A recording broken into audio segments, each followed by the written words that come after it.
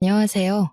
경기도에 거주하고 올해 환갑을 맞이한 만 60세 여성입니다. 이번에 제 생일을 맞이해서 딸이 환갑을 축하한다며 가족 여행을 선물해 주었는데요. 환갑이라는 나이가 요즘 들어서는 그리 늙은 것이 아니라고는 하지만 딸과 함께 제주도 여행을 갔다 오며 생일을 보내니 감회가 남다르더라고요. 예전에는 잘만 오르던 언덕과 산도 이제는 무릎이 쑤시고 허벅지가 덜덜 떨리는 것이 아, 몸이 많이 늙긴 늙었구나. 예전과는 다르구나 하고 느꼈네요. 제주도 좋다는 말만 들어봤지 저는 처음 가보는 거였어요. 그 말로만 듣던 제주도를 가보니 눈이 탁 트이면서 냄새부터가 확실히 다르더라고요. 한라산에 간신히 올라가서 그 풍경을 내려다보는데 그런 생각이 들더군요. 제가 열심히 살아온 것들이 쫙 펼쳐지면서 자연 앞에서 한없이 겸허해지는 기분이 들었네요. 앞으로는 어떻게 살아가야 할지 마음을 다시 한번 다잡게 되었습니다. 언제 다 커서 결혼까지 하고 엄마한테 효도한답시고 이렇게 환갑 여행까지 선물해 준 건지 우리 딸이 너무 대견스럽더라고요. 사실 딸은 유독 작고 약하게 태어났어요. 몸에 큰 이상은 없었지만 면역력이 약해 아기 때부터 고열에 자주 시달리기도 하고 그때 당시 유행하는 병이란 병은 다 걸려서 제 속을 많이 썩였답니다. 그런 아이가 건강하게 잘 커서 엄마 호강 좀 시켜보겠다고 이리저리 애를 쓰는데 어떻게 기특하지 않을 수 있겠나요? 아이를 키운 부모 입장이라면 다 이해할 거라 생각해요. 사실 우리 딸을 임신했었을 당시에 큰 사고가 있었습니다. 그래서 딸이 유독 약하게 태어난 것에 제 탓이 있지 않을까 하는 생각이 들고는 했죠. 내가 임신 동안 잘 못 먹어서 그런가?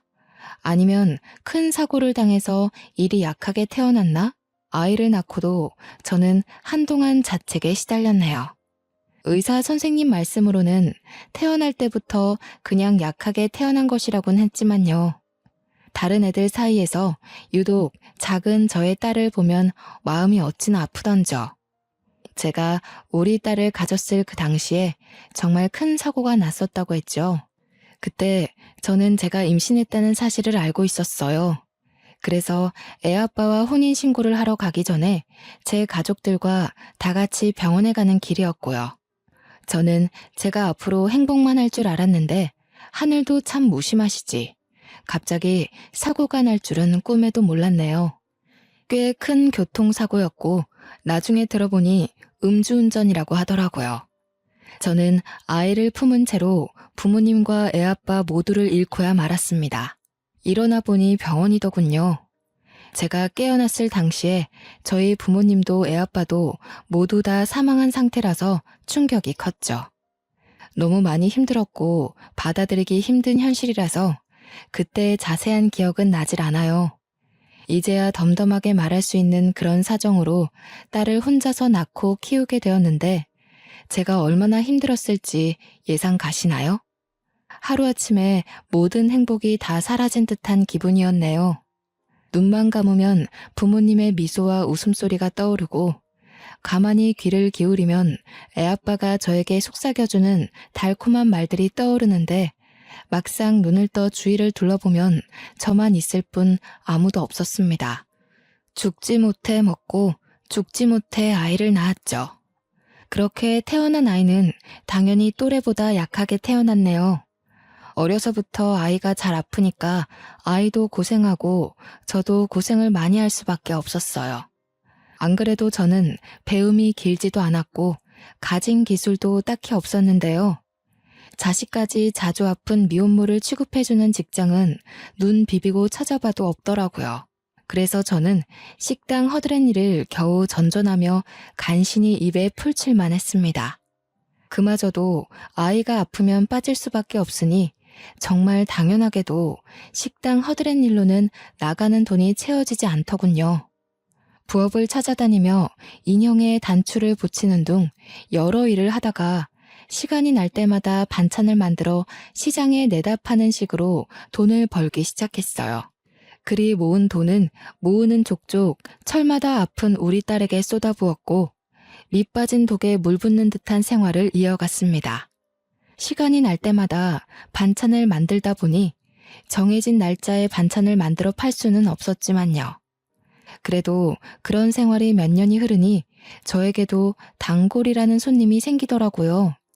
그중 제일은 한 할머니셨는데 저에게서 반찬을 사가실 때마다 저를 그리 구박하고는 했어요.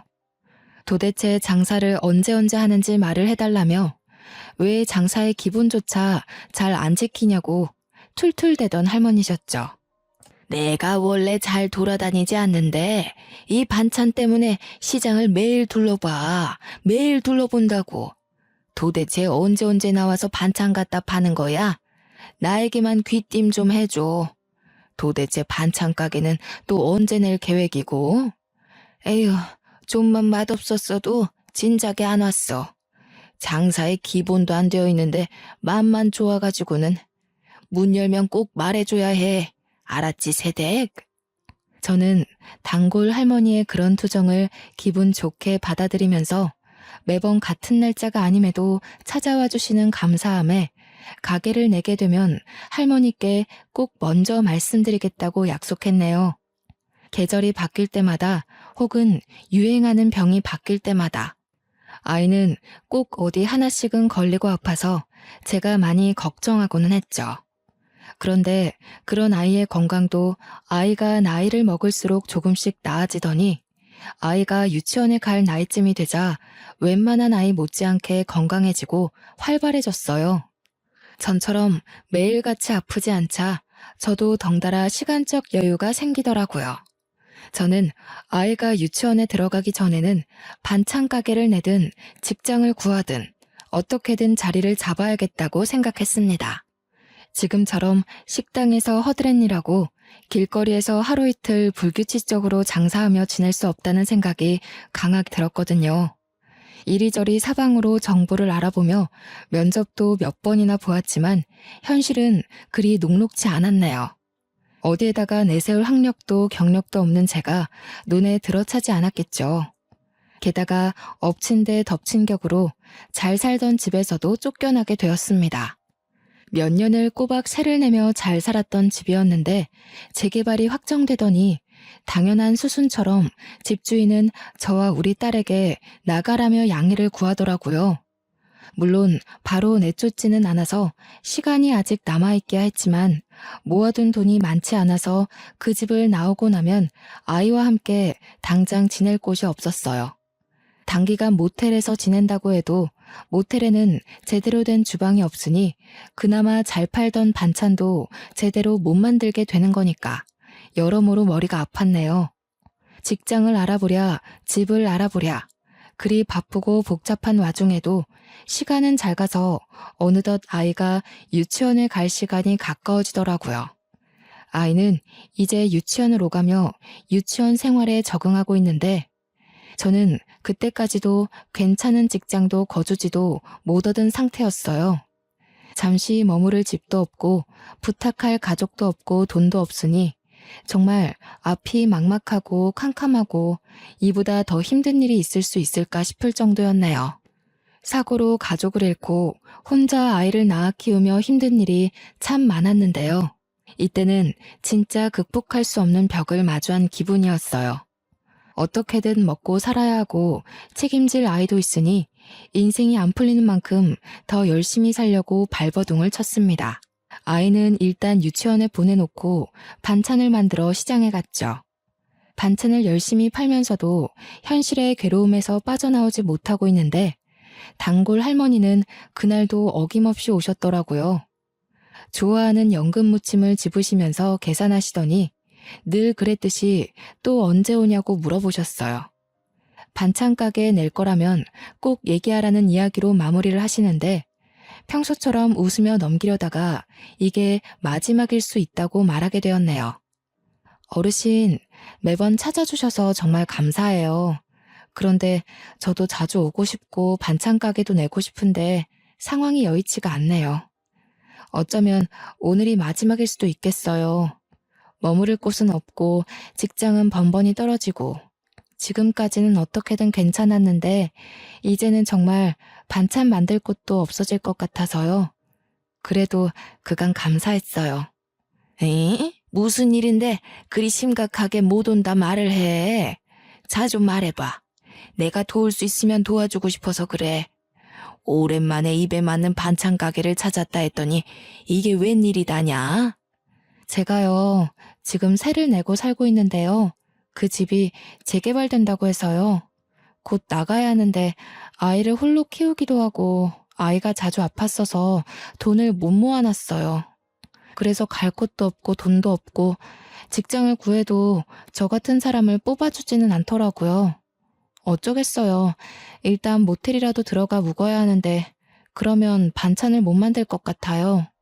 단골 할머니는 제 말을 유심히 듣고는 저보고 해결해 줄 수 있다고 당당히 소리치고는 오늘 장사 접고 그대로 본인만 따라오라고 말씀하시더라고요. 제가 그 말에 당황해서 예? 하고 대묻기만 하자 남은 반찬은 본인이 다 살 테니 걱정하지 말고 따라오라면서 제 손을 잡고 어디론가 향하셨어요. 어찌저찌 단골 할머니께 끌려가 도착한 곳은 시장에서 얼마 벗어나지 않은 4층짜리 동네 건물 앞이었는데요. 1층에는 작은 동네 슈퍼마켓이 있고 그 위로는 간판이 붙어있지 않은 걸로 보아 사람들이 사는 집으로 보였어요. 단골 할머니는 그 건물을 가리키며 당당하게 말씀하시더라고요. 내가 여기 건물 주인인데 이 슈퍼마켓도 운영 중이었거든. 이젠 몸이 늙어서 슈퍼마켓을 정리할까 생각 중이었는데 마침 잘 됐다. 새댁이 여기 들어와서 반찬 가게를 내. 슈퍼 한쪽에 방이 따로 또 있어서 살 수도 있고 유치원이랑도 가깝고 나름 괜찮을 거야. 월세는 따로 안 받는 대신 반찬으로 주어. 알고 보니 단골 할머니는 건물을 몇 채나 보유하고 있던 부자 할머니셨어요. 그중 한 건물의 1층 자리에 동네 슈퍼마켓을 운영하고 있었는데 그 슈퍼마켓을 정리할 예정이었다며 그 자리에 반찬 가게를 내라며 저에게 돈도 안 받고 내어주시겠다고 하시는 거예요. 대신 본인이 좋아하는 반찬을 알려주시면서 맛있게 만들어달라고 하시는데 너무나 감사했어요. 염치를 아는 사람이라면 이런 제안을 거절하거나 월세를 제대로 주겠다는 이야기를 했어야 하지만 저는 이것저것 따질 수 있는 상황이 아니었기에 염치불구하고 단번에 단골 할머니의 제안을 수락해 얼른 그곳으로 이사를 했습니다. 슈퍼마켓이었던 1층을 반찬 가게로 바꾸는 과정은 생각보다 많은 게 필요했어요. 모든 걸 새로 바꿔야 했고 설치해야 할 부분도 많았죠. 인테리어는 그렇다 치고 기본적인 틀부터 새로 해야 했기에 만만치 않은 돈이 필요하더라고요. 제가 모아둔 돈을 거의 다 쏟아붓고도 모자라 단골 할머니께서 도와주신 후에야 반찬 가게로의 탈바꿈이 가능했었네요. 심지어 단골 할머니는 슈퍼 안쪽에 있던 방을 개조해 저와 제 딸이 같이 살 수 있는 공간으로 만들어주셨어요. 그렇게 단골 할머니가 하시던 동네 슈퍼마켓은 저의 반찬 가게가 되었고 반찬 가게에 딸린 방은 저와 딸의 집이 되었습니다. 할머니는 반찬 가게 건물의 3층에서 살고 계셨는데요. 저는 너무나 감사한 마음에 할머니가 좋아하시는 반찬을 늘 정성껏 요리하고 매번 집으로 갖다 드리며 할머니와 저와 딸이 모두 함께하는 식사를 자주 하고는 했어요. 할머니는 그만하고 너도 좀 쉬라며 저를 말리시기도 했지만 하루 세 끼 모두 같이 못 먹더라도 한 끼는 같이 먹을 수 있게 노력했고 그렇게 우리 셋은 점차 가까워져만 갔네요. 반찬을 챙기다 밥을 챙기게 되었고 밥을 챙기자 식사를 꾸준히 잘하시는지 확인하게 되었고 식사를 확인하자 어느새 생신도 챙기고 명절도 챙기고 할머니의 건강도 챙기게 되더라고요. 단골 할머니도 처음에야 그만 좀 하라며 저를 타박하듯이 말씀하셨지만 단골 할머니께 익숙해진 저는 그게 단골 할머니만의 애정 표현이라는 것을 눈치 못 챌 리 없었네요. 그리 아니라고 말씀하셨지만 단골 할머니는 많이 외로우셨나 봐요. 그리고 딸을 혼자 키우고 있던 저도 많이 외로웠나 봅니다. 피가 이어지지는 않았지만 매일 얼굴을 마주보며 밥을 먹으니 가족 같더라고요. 저는 언제부턴가 단골 할머니를 어머님이라 불렀고 제 딸은 단골 할머니를 할머니라고 부르게 시작했어요. 어머님은 그런 우리를 보며 싫지 않으신지 아주 그냥 자식 다 됐구만 하고 말씀하시며 아주 가끔 딸과 손녀라고 불러주셨습니다.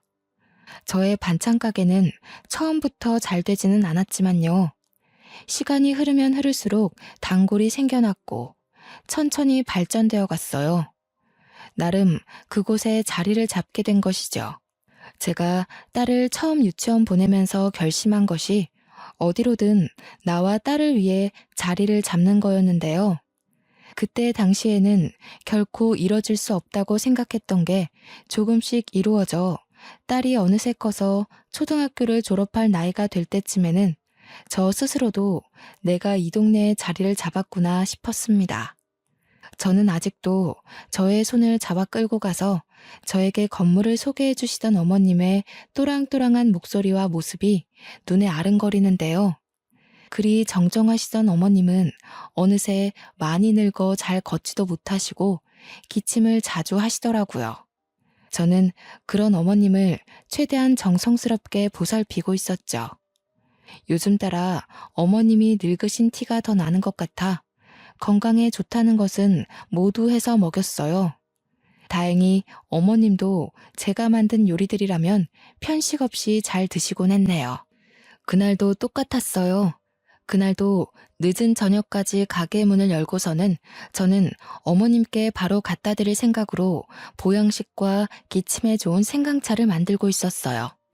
재료 선택부터 손질, 조리 등등 하나부터 열까지 오로지 저의 정성이 다 들어간 요리라서 제가 반찬 가게에서 파는 반찬들보다 더 정성을 쏟게 되더라고요.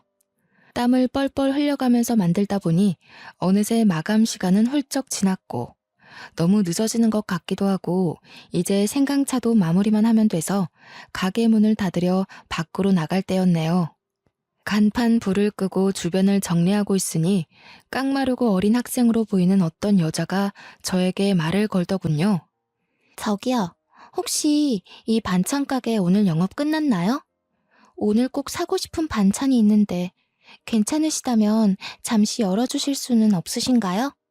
그 여자분이 저에게 굉장히 미안해 보이는 모습으로 손끝을 매만지며 말을 하는데 어쩔 수가 없더라고요.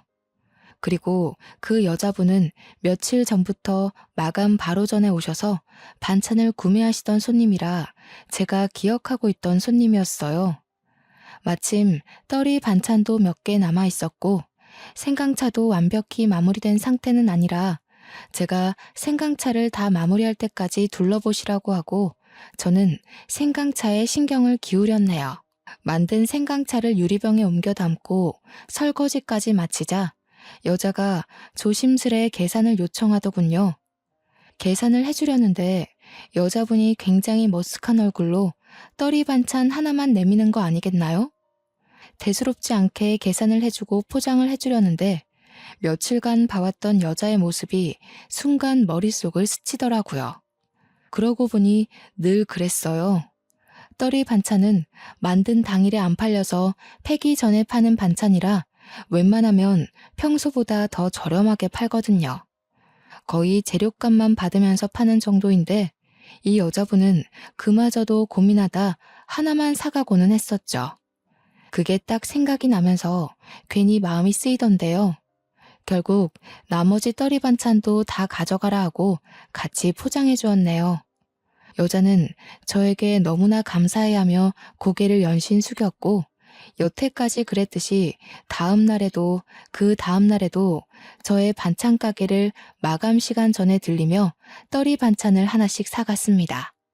그때마다 저는 떨이 반찬을 몇 개 더 얹어주거나 가끔은 미리 하나 빼놓은 고기 반찬을 얹어주기도 했네요. 왜 그랬는지는 저도 잘 모르겠어요.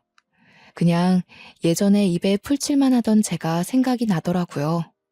그렇게 몇 달이 흐르고 이런 상황들이 서로에게 익숙해진 날이었어요. 그날도 저는 두부조림 반찬을 미리 하나 빼놓고 있었죠. 여자가 와서 떠리 반찬 하나를 구매하자 매번 그랬듯 습관처럼 떠리 반찬과 두부조림 반찬을 같이 포장해서 건네주는데요. 평소처럼 감사하다고 말하며 고개를 숙이던 여자가 그 상태로 멈춰 있는 거예요. 오늘 많이 힘드셨나 봐요, 손님. 어디 불편하신 곳 있으세요? 괜찮으세요? 제가 뭐 도와드릴 게 있을까요? 제가 당황해서 괜찮으세요? 하며 말을 거니까 여자는 욱욱거리면서 울음 참는 듯한 소리를 내더니 갑자기 막 우는 거 아니겠어요?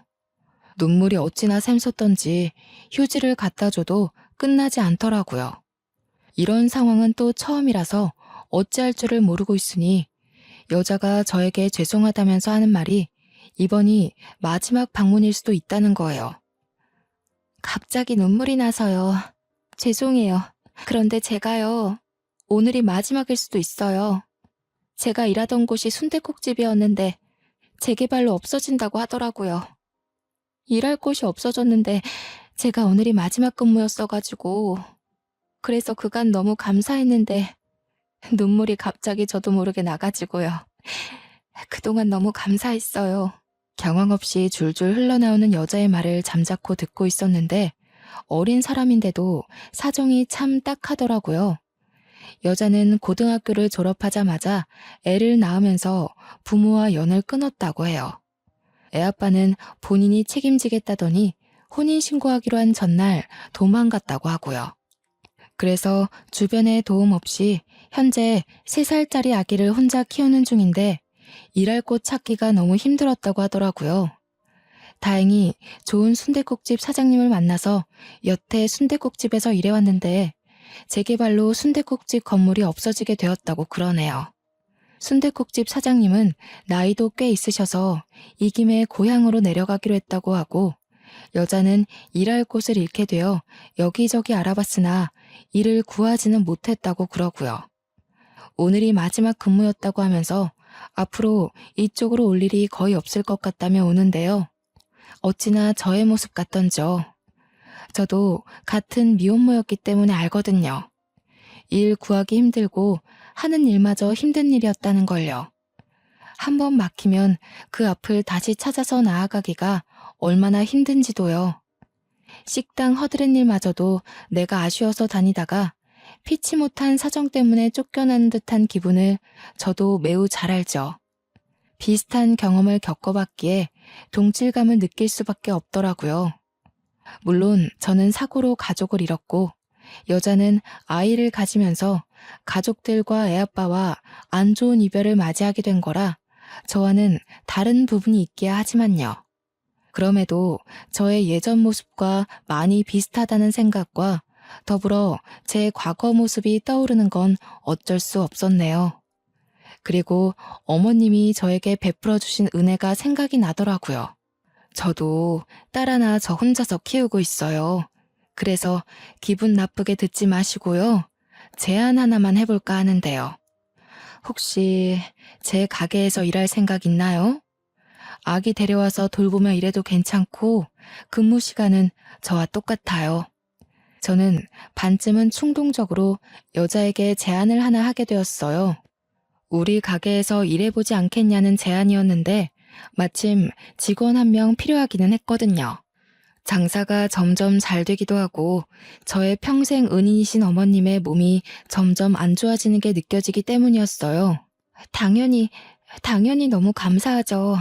제가 지금 사양하거나 할 처지가 아니라서요. 스스로 염치 없지만 감사하게 받아들일게요. 정말 감사합니다.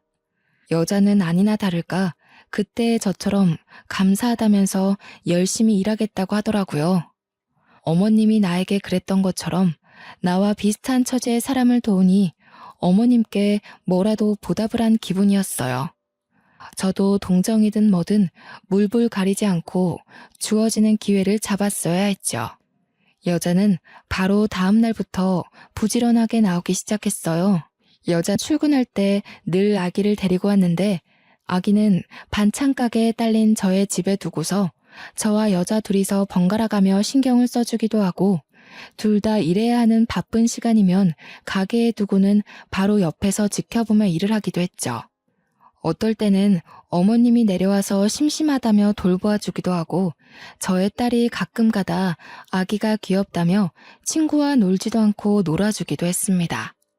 어머님은 처음 여자를 봤을 때 그리고 아기를 봤을 때 혀를 한번 차시더니 저에게 네가 그럴 줄 알았다 하시더라고요. 어머님은 저에게 칭찬인지 아닌지 헷갈리는 말을 해주시기도 했어요. 네 입도 풀칠하기 힘들겠는데 너랑 똑같은 애 데려와서 먹여 살리려고 하는구나. 에휴, 그래. 사람이 서로 도우며 살아야지 뭐 어떡하겠니. 잘했다. 나도 너를 외면할 수 없었듯이 너도 저 사람을 외면할 수 없었겠지. 사람은 모두 다 그러고 사는 거다. 저 사람도 나중에 누군가를 도울 수 있겠지. 어머님이 저를 도와 새 인생을 살게 해주셨듯이 저도 여자를 도와서 여자가 새 인생을 살 수 있게 해줄 수가 있을까요? 돕기야 했지만 어머님이 저에게 베푸셨던 그 은혜만큼인지 확신이 들지는 않았네요. 여자는 일을 야무지게 잘하더라고요. 무엇이든 먼저 나서서 배우려고 노력하고 제가 특히나 신경 쓰는 재료의 신선도나 청결에 관한 부분에도 귀신같이 알아채고 신경 쓰기도 하고요. 한 번 알려준 것은 다시 안 알려줘도 될 정도로 습득 또한 빨랐습니다. 여자 덕분에 제 일이 많이 수월해졌죠. 예전처럼 가게를 밤늦게까지 열어가며 어머님 드릴 요리를 하지 않아도 됐어요. 여자가 가게 일할 동안 저는 어머님을 위한 요리를 하기도 하고 어머님과 같이 병원에 가서 약을 타오는 등 시간을 알차게 쓸 수 있었기 때문이에요. 좋은 점은 수없이 많았지만 나쁜 점이 없지는 않았어요. 충동적으로 뽑은 만큼 처음에는 저도 여자에 대해서 잘 모르는 부분도 많고 서로 안 맞는 부분이 있었거든요. 그렇지만 우리는 서로를 배려해가며 맞춰갔습니다. 아기가 아플 때면 저는 여자에게 얼른 퇴근하고 병원에 가보라며 등 떠밀기도 했고 어머님이 아프시면 여자가 저에게 어머님을 돌봐드리라며 등 떠밀기도 했어요. 서로가 비슷한 사정이니 금세 친해지게 되더라고요. 어머님과 저, 그리고 우리 딸까지 셋이서 먹던 저녁은 여자와 아기를 포함해 5이서 먹게 되었고요. 처음엔 어색해하던 어머님도 싹싹한 여자의 태도에 적응을 빠르게 하셨어요. 저 혼자 요리하고 설거지하던 것도 여자와 둘이서 나눠서 하니 착착 진행되고 얼마나 수월하게 끝나던져. 여자에게 도움을 주려고 같이 일하자고 한 행동이 되려 저에게 도움이 되는 듯 했네요. 피가 이어진 가족은 아니지만 끈끈한 인연이 닿았다는 생각이 들었어요. 마치 어머님과 저 그리고 여자는 엄마와 자매 같다는 또한 잠시나마 했습니다. 어머님도 북적북적한 분위기가 싫지 않아 보였어요. 오히려 어린 아기까지 있으니 힘이 더 넘치시는 듯 보이기도 하셨네요. 그런 상황에서 여자가 저를 잘 따라줘서 얼마나 고맙던지요. 그렇게 1년이 지났을까요? 잘 모르는 남에게 도움이 되려 했던 저는 오히려 행운이 굴러들어온 것 같았네요. 시간이 지날수록 친해져서 제 딸은 여자를 이모라고 부르며 좋아하게 되었고 아기는 제 딸을 누나라고 부르는 사이가 되었어요. 단골 할머니인 할머님은 아기와 내 딸의 할머니가 되어주셨고 저와 여자, 어머님은 어느새 가족이 된 듯 싶었습니다. 그렇게 아무런 반전 없이 행복하기만 했다면 얼마나 좋았을까요? 예전에도 제 인생에 행복이라는 게 찾아온 듯 하다가 결국 한순간의 사고로 가족을 모두 잃었단 말이에요. 이번에도 저는 막연한 행복을 꿈꾸고 있다가 찬물을 거하게 맞아버렸습니다. 그날은 어머님의 생신이셨어요. 원래는 저녁을 대부분 다 같이 먹었는데요. 그날은 가게 문을 일찍 닫고서는 다 같이 점심부터 맛있는 밥을 먹으려고 했어요. 몇 안 되는 기쁜 날이고 어머님 건강도 날이면 날마다 안 좋아지시니 저는 그 하루를 정말 좋게 보내고 싶었습니다. 미래의 오늘을 떠올리면 정말 행복하게 식사했었지, 어머님께 좋은 추억 선물해드렸었지, 자신할 수 있게끔 말이에요. 안 그래도 어머님은 감기로 골골대시던 터라 몸에 좋다는 반찬은 다 만들었던 것 같아요. 어머님이 워낙 좋아하시던 연근무침은 물론 속 편하게 드실 수 있는 전복죽도 만들고, 생신이시니까 미역국도 만들고, 조기도 실한 놈으로 구에다가 구웠죠. 미리 준비해 놓은 생크림 케이크에 초를 꽂고 부르쳐서 생일 축하 노래도 불러드렸습니다. 뭐 이런 걸 쓰냐며 고깔모자를 흉보시던 어머님은 결국 고깔모자를 쓰고 박수를 치면서 우리들의 생신 축하 노래를 즐기시더라고요. 그리 거대하지 않고 소박한 잔치였지만 우리는 모두 행복하게 웃었던 기억이 나요. 어머님은 케이크도 조금 먹기도 하고 제가 만든 전복죽과 미역국을 몇 술 뜨시다가 잠이 온다며 누워 낮잠을 주무셨어요. 그리고는 그대로 다시 깨어나시지 않은 채 눈을 감으셨습니다. 처음에는 정말 믿을 수가 없더라고요. 어머님은 그냥 편안하게 침대에 누워서 눈을 감고 계셔서요. 딱 보았을 때도 낮잠을 자시는 것처럼 보였거든요. 어머님이 잘 주무시는 걸 계속 확인하면서 방을 왔다 갔다 오가고는 했는데 도대체 언제 돌아가신 건지 짐작을 할 수도 없었네요. 그저 저는 저녁 먹을 때가 되어서도 일어나시지 않아서 어머님을 깨우러 들어갔던 것 뿐이었는데 그게 어머님과의 마지막이었을 줄 정말 누가 알았겠어요. 정말 행복하게만 보내고 싶던 좋은 날에 좋게 가셨으니 이 정도면 잘 가신 거야 싶다가도 눈물을 줄줄 흘리며 돌아가신 게 아니라며 부정하게 되더라고요. 가족을 잃고 다시 만나게 된 가족이었는데 허무하게 잃어버린 것 같았죠. 멍하니 어머님의 장례식을 치르는데요. 어머님이 아프셔도 코빼기도 보이지 않던 어머님의 아들이란 사람이 찾아오더라고요. 그러면서 아주 당당히 상주 자리를 차지하던데 저는 그 앞에서 말 한마디 할 수가 없었어요. 혈연으로도 서류상으로도 어머님의 가족은 바로 그 사람이었으니까요. 어머님의 다른 가족들도 많이 왔는데 저는 너무 허탈하고 화가 나더군요. 어머님이 살아계실 때나 잘할 것이지 죽고 나서야 저렇게 많이 오면 뭐합니까? 누가 봐도 얻어먹을 것이 있어서 온 게 아주 뻔했죠. 심지어 장례식이 제대로 끝나기도 전에 벌써부터 유산 문제로 자기들끼리 소리치며 싸우기까지 하더라고요. 네가 여기 어디라고 찾아오길 찾아와. 당신 줄 거 하나도 없어. 당장 저리 가지 못해? 우리 엄마 재산 탐나서 여기까지 찾아온 것 같은데 제발 상관 말고 감히 넘보지 말고 여기에서 나가. 알겠어? 어머님께 제가 몇 년을 붙어 있으면서 단 한 번을 찾아오지 않는 가족을 보고는 대충 예상하기는 했었지만요. 이렇게 콩가루 집안이라고 생각하지는 못했는데 막장 드라마에서나 볼 법한 말을 서로 주고받으며 싸우더라고요. 저는 그런 와중에도 눈칫밥 먹어가면서도 3일 내내 장례식장을 조용히 지키고 있다가 저의 집으로 돌아왔습니다. 여자는 그런 저를 배려해 주듯이 아무런 말도 없이 혼자서 반찬 가게를 운영해주고 제 딸도 돌보아 주었어요. 본인도 장례식에 오고 싶고 어머님 옆을 지키고 싶었을 텐데 늦은 밤에 잠깐 와서 얼굴만 비추고 간 것이 다였습니다. 그 말없는 배려가 너무 고맙더라고요. 덕분에 어머님을 아무런 걱정 없이 보내고 올 수 있었거든요. 매일 어머님의 밥과 반찬을 챙겨드리기는 했었지만요. 그것 말고는 별다른 것을 해드린 게 없어서요.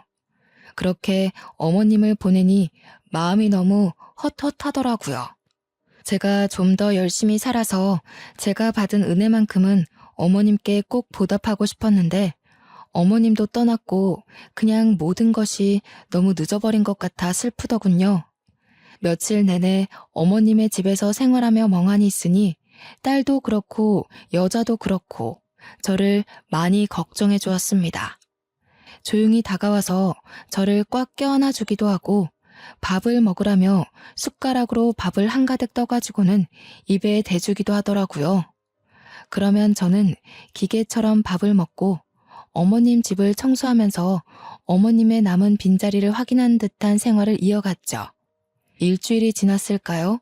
한 달이 지났을까요?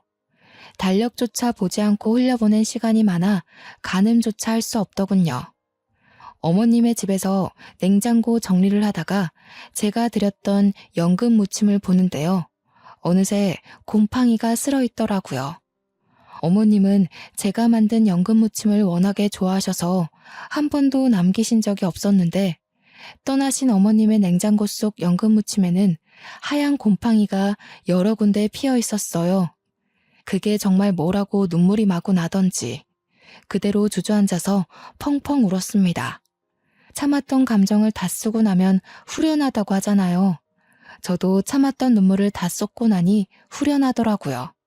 이대로 멍청하게 살 수는 없다 싶었어요. 어머님도 그런 것을 원하시지는 않을 것 같았죠. 기운을 내서 슬픔을 견디며 반찬 가게 문을 열었는데요. 타임이라는 것은 참 신기하더군요. 변호사라는 사람이 찾아와서는 저에게 말했습니다. 안녕하세요. 혹시 땡땡 반찬 가게를 운영 중이신 김미영 씨 맞으십니까? 권미자 씨 관련해 잠시 드릴 말씀이 있는데 시간 괜찮으신가요?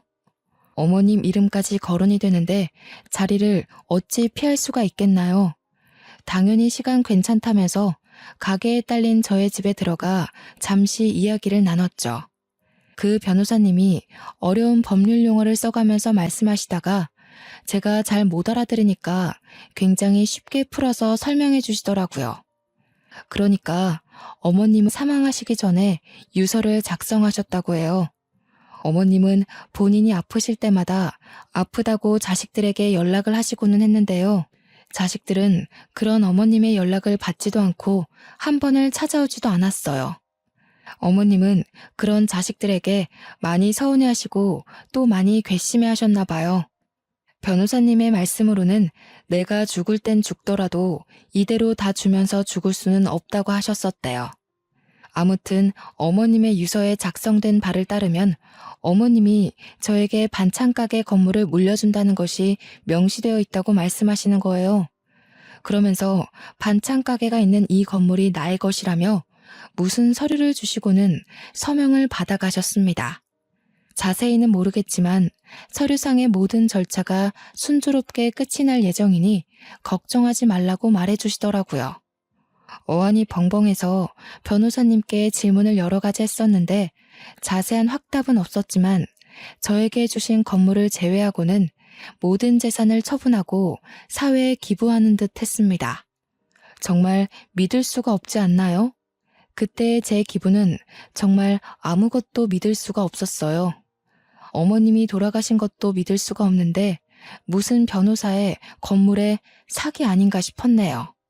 그리고 몇 년을 가족처럼 지냈다고는 하지만 정말 피가 이어진 가족도 아니었잖아요. 제가 어머님께 은혜를 받으면 받았지 이렇게 큰 재산을 물려받을 정도로 무언가를 해드린 적이 없다고 생각도 들었고요. 그런데 이렇게 돌아가시면서도 저에게 하나를 더 지어주고 가시니 그럼 나는 무얼 해야 보답할 수 있지? 생각이 많아질 수밖에 없더라고요. 당연하게도 어머님의 가족이라는 분들은 매번 반찬 가게를 찾아와 행패를 부리고는 했습니다. 다 늙은 노인네 어떻게 꼬셔서 재산을 가로챘냐느니 어쩐지 장례식에 3일 내내 붙어있더니 이런 속셈이 있었냐느니 험한 말을 여럿 뱉어내더라고요. 저는 변호사님이 주고 가신 명함 전화번호로 연락을 취하며 장례식에서 못 뱉던 말을 그제야 한마디 당당히 내뱉을 수 있었네요. 너네들이 자식이긴 자식이야? 어머님이 아프시다고 전화를 걸어도 받지도 않고 무시만 하더니 돌아가시고 나서야 찾아와서는 재산 내놓으라고 큰 소리만 치고 정말 너네가 어머님 자식 맞아? 난 어머님과 피는 이어지지 않았지만 그래도 내가 입은 은혜만큼은 갚으려고 애를 쓰며 살았어. 이건 어머님의 결정이야. 누구도 뭐라 못해. 어머님의 자식들에게 말을 내뱉으면서도 마음이 좋지는 않더라고요. 그래도 유서에 남긴 어머님의 뜻을 지키려고 했습니다. 어머님은요, 늘 말씀은 인색하게 하셨지만 마음이 참 따뜻하고 여린 분이셨어요. 저에게 반찬 가게 자리를 물려주셨던 어머님은 제 아이를 친손주 마냥 예뻐해 주시면서 간식 하나든 장난감 하나든 뭐 하나라도 더 쥐어주시려고 하셨죠.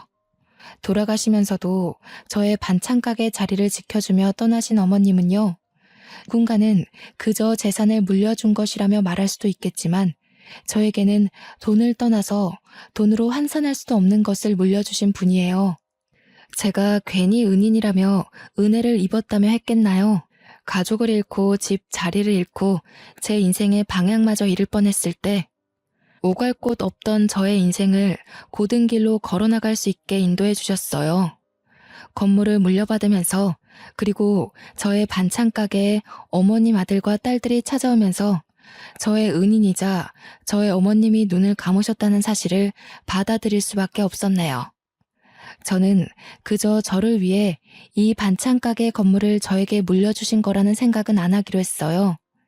늘 말씀보다는 행동이 먼저이셨던 어머님이셨기에 이번에도 그런 것이라 생각하기로 했고, 이 재산 말고는 사회에 기부하셨다고 했으니 그것에 더 뜻이 있다고 여겼거든요. 변호사님이 제 반찬 가게에서 떠나실 때 저는 어린아이처럼 엉엉 울었는데요. 그런 저를 여자가 안아서 달래주기도 했지만 제가 쉽게 그치질 않자 옆에 있던 저의 딸과 여자의 아이는 왜 우냐며 저와 같이 엉엉 울어주었어요. 그렇게 펑펑 눈물을 쏟아내면서 저는 다짐한 게 하나 있습니다. 바로 어머님께 부끄럼 없이 살 거라는 다짐이에요. 맛있게 드셔주시던 단골 할머니이자 저의 어머님은 이제 세상에 없지만 저는 더 열심히 반찬을 만들기 시작했어요. 다행히 열심히 하면 할수록 감사하게도 손님들의 반응이 좋더라고요. 일에 매달리면서 어머님에 대한 그리움을 덜어내려고 애를 썼네요. 그렇게 저는 여자와 함께 가게를 운영하면서요, 반찬 가짓수를 늘리는 데에 만족하지 않고 때로는 반찬을 따로 더 만들어 도움이 필요한 분들께 나누어 드리기도 하고 시간을 내어 오갈 곳 없는 분들에게 아침 식사를 무료로 제공하기도 하며 뜻깊은 일들을 하려고 했습니다. 아무것도 모르는 남들에게 베푸는 게 말이야 쉽지 정말 쉽지 않더라고요. 동네에서는 아무것도 받지 않고 나눠주려고 하는 저를 이상하게 쳐다보기도 하고 때로는 왜 본인은 공짜로 안 주냐며 뭐라 하시는 손님분들도 계셨어요. 그때마다 어떻게 대처해야 할지 몰라 헤매던 저는 그런 상황에 익숙해져 갔고 이제는 그런 상황을 능숙하게 다룰 수 있게 되었네요. 현재 여자는요, 우리 반찬 가게 2호점을 내서 어엿한 가게 주인이 되었고요. 아직도 저에게 감사하다는 말을 하고 있어요. 이제는 워낙 친하기도 하고 그 정도는 아니라고 생각해서 부담스럽기도 했는데 생각해보니 저에게 어머님 같은 존재가 있듯이 여자도 저를 그리 생각하는 것 아닐까 싶더라고요. 어머님 같은 사람이 되는 게 저의 인생 목표가 되었기에 여자의 감사 표현 또한 감사하게 생각하기로 했죠. 그 어렸던 여자의 아기는 어느새 대학생이 되어 종강만을 기다리고 있어요. 시간이 진짜 빠르게 지나갔죠. 아기는 저를 이모라고 부르는데요. 가족과 같은, 아니, 가족이라고 부르는 게 당연한 사이가 되어 잘 지내고 있습니다. 우리 딸은 몇 년 전 의사를 만나서 작년에 결혼식을 올렸어요. 둘이서 어찌나 알콩달콩 깨붙고 사는지 자연스레 마음이 놓이더라고요. 그리고 저는 아직도 그 자리 그대로 반찬 가게를 운영하면서 어머님을 위한 반찬을 만들고 있답니다. 그러고 보니 이제 곧 어머님의 제삿날이 다가오고 있네요. 올해도 정말 맛있는 식사를 대접해 드릴 생각에 기분이 설레이고는 합니다. 저는 앞으로도 여자와 잘 지내면서 여자뿐 아니라 도움이 필요한 다른 사람들에게도 어머님 같은 존재가 되어 살고 싶어요. 그게 바로 저에게 반찬 가게 건물까지 내어주신 어머님의 마음이라 생각하거든요. 저에게 베풀어 주신 은혜를 잊지 않고 잘 간직한 채 저 또한 베푸는 것이 이번에 제주도에 여행 가서 또 한 번 다짐한 마음이랍니다. 제가 이렇게 말하면 제 딸은 또 저런다며 싫어하고는 해요. 아무래도 제가 늙어가니 저의 몸을 걱정해주는 거겠죠. 언제까지 할머니 타령할 거냐며 이제 엄마 인생을 챙기라고 잔소리를 하고는 하는데요. 그 또한 쉽지 않네요. 이제는 습관이 되었나 봐요. 물론 저도 나이가 들어가면서 일만 하던 나날들은 당연히 조금씩 떠나보내야겠죠. 그렇지만 저의 몸이 허락하는 한 반찬을 만들고 밥을 지으며 살고 싶어요. 밥은 못 차려주더라도 따뜻한 반찬 한 가지쯤은 거뜬히 내어줄 수 있는 그런 사람으로 남고 싶네요. 제 이야기 꽤 길었던 것 같은데 재미있으셨나요? 여러분들은 어떤 사람으로 남고 싶으신가요? 서로를 도우며 살아가는 따뜻한 사회를 꿈꾸며 저는 이만 글을 마치겠습니다. 제 사연 들어주셔서 감사하고 우리 꼭 같이 행복해져요. 감사합니다.